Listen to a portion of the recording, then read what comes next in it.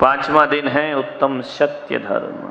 किसी देश के राष्ट्रपति को एक दिन अदालत के सामने खड़ा होना पड़ा और अदालत की कार्यवाही शुरू हुई। एक पवित्र धार्मिक ग्रंथ अदालत में लाया गया और राष्ट्रपति महोदय से कहा गया कि इस ग्रंथ पर हाथ रखो और बोलो कि जो भी मैं कहूंगा वो सच कहूंगा, सच के सिवा कुछ न कहूंगा। राष्ट्रपति महोदय मौन खड़े हैं, धार्मिक ग्रंथ सामने है। उन्होंने उस ग्रंथ पर हाथ नहीं रखा।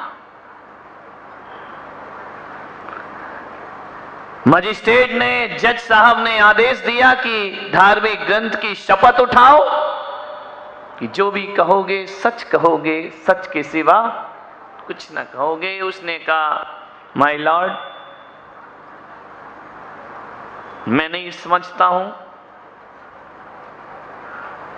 कि सच बोलने के लिए किसी धर्म ग्रंथ की शपथ लेने की जरूरत है। मजिस्ट्रेट ने कहा कि क्या कहना चाहते हो?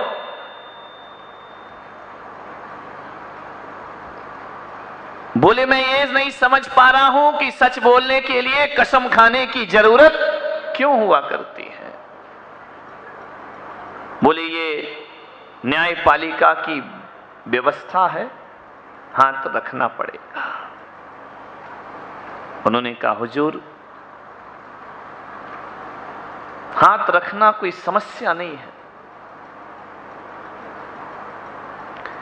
लेकिन जहां तक मैं सोचता हूं कि मैंने अपनी जिंदगी में कभी झूठ बोला ही नहीं है, और जब झूठ नहीं बोला है तो कसम उठाने की आवश्यकता क्या है? आप जो भी पूछेंगे मैं सच कहूंगा, लेकिन मैं इस धर्म ग्रंथ पर मुझे माफ करना, मैं हाथ नहीं रख सकता। जज साहब ने कहा कि तुमको तकलीफ क्या है जब तुम सच बोलते हो?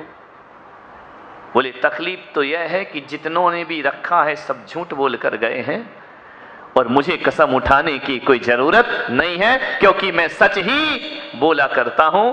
मेरी मां ने बचपन में मुझे सिखाया था, मेरा सपना देखा था कि बेटा कभी झूठ नहीं बोलना।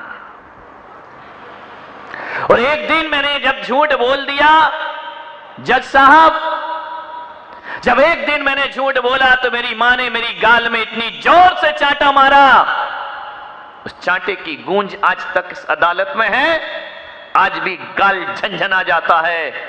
मेरी मां ने मुझसे कहा था कि मैं बिना संतान के जीवन जी सकती हूं, लेकिन झूठे की मां कहलाने का पाप अपने सिर पर नहीं ले सकती हूं। मुझे झूठे बेटे की मां नहीं बनना है। जो झूठ बोलता है ऐसे की मां मैं बनना नहीं चाहती हूं। बस मेरी मां का वह शब्द, उस दिन से वो झनकार, वह टनकार, वह गाल में पड़ा हुआ चांटा आज भी मुझे याद है। और जब जब मैं झूठ बोलने का प्रयास करता हूं, मां की दी हुई गाल की चपत मुझे याद आ जाती है। मेरी मां ने कहा, तू सब कुछ करना, लेकिन मुझे झूठे की मां का खिताब मत देना अपनी जिंदगी में। बेटा, मौत के भी क्षण आ जाए तो भी जिंदगी में झूठ अपने जीवन में कभी मत लाना। कैसे भी पाला जाए झूठ मत बोलना। मेरी मां ने मुझे सिखाया कि सिंहासन पर बैठकर भी झूठ मिले तो ठुकरा देना, और फांसी पर लटक कर भी सच मिले तो मेरे बेटे तू फांसी पे लटकने को तैयार हो जाना। कांटों पे चल के भी सच मिल रहा हो तो उस राह पे चलना, फूलों की राह पर भी झूठ मिल रहा हो तो कभी स्वीकार नहीं करना। ध्यान रखिए, क्यों बोलता है आदमी झूठ? दो ही चीज है झूठ बोलने की, ज्यादा नहीं।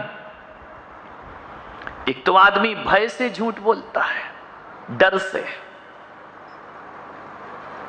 या फिर आदमी झूठ बोलता है लोभ से।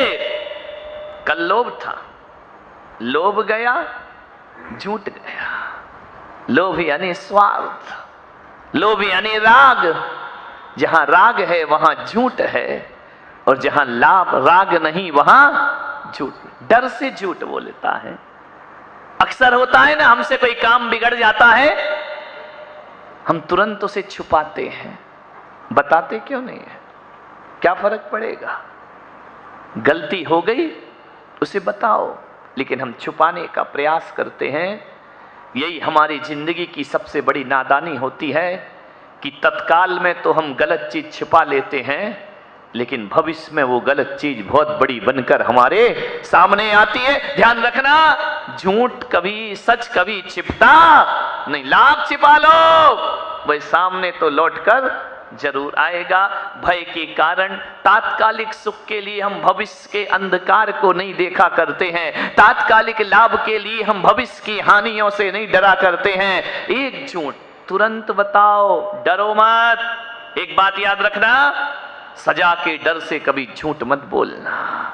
यदि सजा के डर से झूठ बोला तो आज जो छोटी सजा है कल बड़ी सजा बनकर हमारे सामने खड़ी हो जाएगी। एक झूठ छुपाने के लिए आदमी को 1000 झूठ बोलना पड़ता है, और जब 1000 झूठ बोलता है ना तो मकड़ी अपने जाले में खुद फंस जाया करती। सच बोलो, क्या होगा?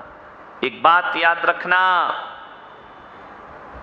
सरकारी ऐलान हुआ है, सच बोलो।